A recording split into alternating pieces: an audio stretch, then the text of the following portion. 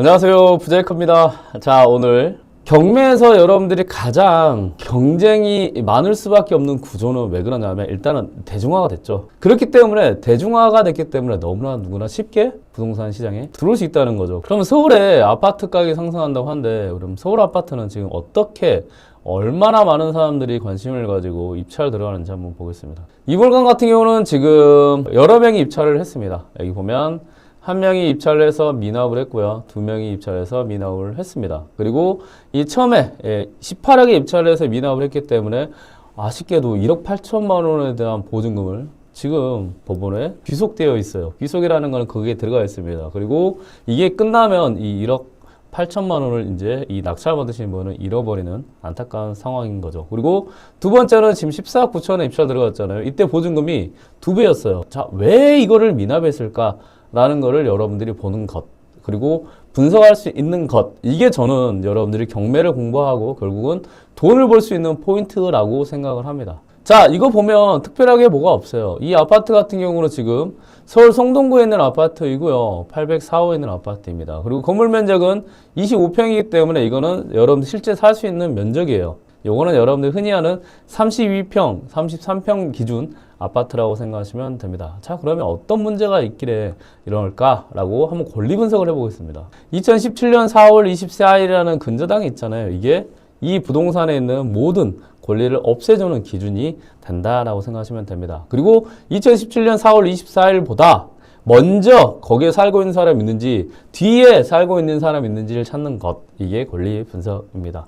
2017년 4월 24일보다 이 전입한 날짜 보니까 전입 날짜가 2019년 2월 25일이에요. 그러면 2017년보다 뒤에 전입을 했네요. 그러면 이런 임차인들을 대항력 없다라고 합니다. 이렇게 대항력 없으면요, 이분은 뭐냐, 이 집에서 나가야 되는 명도 대상이라고 합니다. 아, 그러면 혹시 이 사람이 대항력이었기 때문에 명도하는데 어려움 때문에 혹시 이 미납이 됐을까요? 그럴 수도 있겠네요. 그런데 여기서 보니까 농협은행에서 근저당이라는 걸 만들었고요. 그리고 이 은행 다음에 임차인이 돈을 받아가는 순서이더라고요. 제가 한번 계산을 해보니까.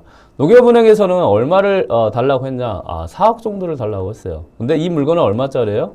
지금 23억에서 시작합니다. 그리고 최소 10억 이상에서 낙찰이 되지 않을까 생각을 해요. 그러면 이 가격에서 먼저 4억을 농협이 가져가더라도 이 이라는 임차인 분은 아마 보증금을 전부 아니면 그래도 어느 정도 배당을 받아갈 걸로 예상이 됩니다. 그러니까 이 배당을 받아가면 여러분들한테 이것만 기억하세요. 다른 건 생각하지 마시고 명도가 쉽다. 내보내는 게 쉽다. 라고 생각하시면 돼요. 그래서 이 물건은 명도에 아무런 문제가 없습니다. 자, 그러면 이 물건을 왜 미납을 했는지 한번 볼게요. 문건 송달 내역을 보시면 됩니다. 이게 뭐냐? 법원과 이 경매 들어온 사람들끼리 대화를 하는 거예요. 자, 문건 처리 내역은 법원으로 서류가 접수된 거를 법원이 처리를 하고 정리를 해놓은 목록이라고 생각하시면 됩니다. 우리 물건 목록 같은 거 있잖아요. 이 목록을 정리해 놓은 거고, 송달 내역은 법원에서 자, 이거 해주세요 라고 이야기를 전달한 송달 내역이라고 생각하시면 돼요. 여기서 문건 처리 내역에서 중요한 거는 뭐냐?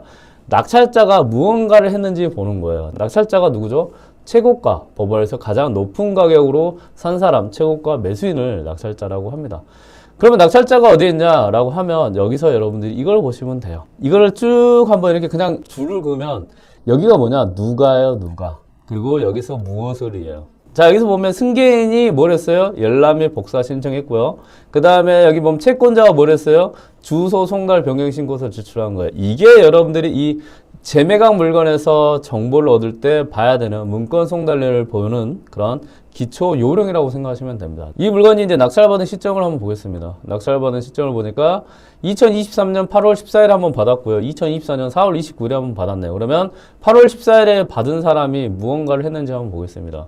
2023년 8월 14일에 받고 나서 무언가를 했는지 한번 볼게요. 여기 보니까 최고가 매수인이 2개를 했네요. 뭘 했죠? 열람 복사 신청이라는 건 뭐냐? 여러분들이 경매 관련된 서류를 복사를 해서 볼 수 있어요. 낙찰받고 나서 이해관계인, 그러니까 낙찰받은 분은 이 물건을 이제 살 수 있는 사람이잖아요. 그래서 이해관계인이라고 합니다. 그래서 이 서류를 볼 수 있는데 이 서류를 봤습니다. 근데 이 서류를 본 이후에 아무것도 신청 안 했죠. 불허가를 신청하거나 매각허가 결정 취소도 하지 않았다. 그러면 이 부동산 자체에 대한 문제는 아니다라는 걸 알 수 있어요. 또 뒤에 걸 또 볼까요? 여기 보니까 최고가 매수인이 매각 불허가를 신청을 했네요.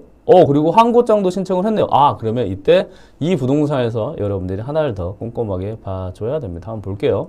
자, 그러면 지금 이때 이분은 낙찰을 받고 나서 내가 잘못 받았구나 라고 생각하셨던 것 같고, 이 두 번째 분은 낙찰 받았지만 그래도 한번 이거 문제 있으니까 한번 다퉈봐야 되겠다. 나 보증금 잃어버릴 수 없어 라고 했던 것 같아요.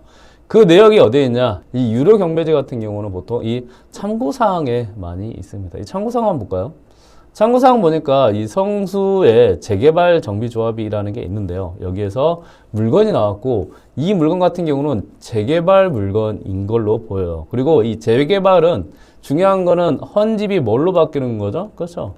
새 집으로 바뀌는 거죠. 그리고 많은 사람들이 이 새 집을 원하기 때문에 경매로도 이 부동산을 삽니다. 자, 이 새 집을 살 수 있는, 그리고 이 새 집을 얻을 수 있는 권리를 뭐라고 하냐? 입주할 수 있는 권리라고 해서 우리가 흔히 입주권이라고 합니다. 그리고 이렇게 경매 물건으로 나오는 거는 그 새 집 전에 헌집을 산 거잖아요. 이 선집을 가지고 있는 사람들을 뭐라고 하냐? 조합원이라고 하고 약간 혜택을 많이 줍니다. 이걸 해서 이 조합원과 입주권을 합쳐서 조합원, 입주권이라고 우리가 흔히 표현을 하죠. 그리고 이 조합원 입주권이 있을 때는 여러분들이 재개발 투자를 많이 합니다. 그런데 재개발 물건 중에 조심해야 될 물건이 뭐냐라는 게 있습니다. 하나의 지역에 하나의 소유권을 가지고 있는 사람만 새 집으로 바꿔줄게 라는 단서를 달아버립니다. 그리고 이 새 집을 바꿔주지 못하는 하나가 아닌 두 번째 집 같은 경우는 어떻게 하냐? 이거는 그냥 돈으로 줄게 라고 해서요, 현금 청산 대상이 됩니다. 현금 청산 대상은 손해를 보는 경우도 있습니다. 이 물건 같은 경우는 보니까 이렇게 되어 있네요.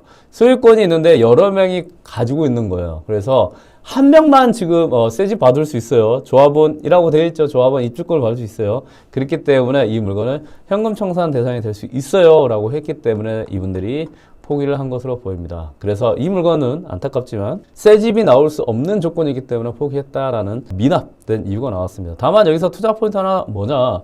현금 청산이라고 했잖아요. 그러니까 현금으로 돌려받는단 말이에요. 그러면 현금으로 돌려받을 수 있는 돈을 그래도 여러분들 좀 조사를 잘해서, 만약에 여러분들 11억에 입찰 들어가서 낙찰 받았는데 현금으로 돌려받는 돈이 막 15억 정도 했다고 해봐요. 그러면 이것도 돈을 벌 수 있는 방법이 될 수 있죠. 뭘로요?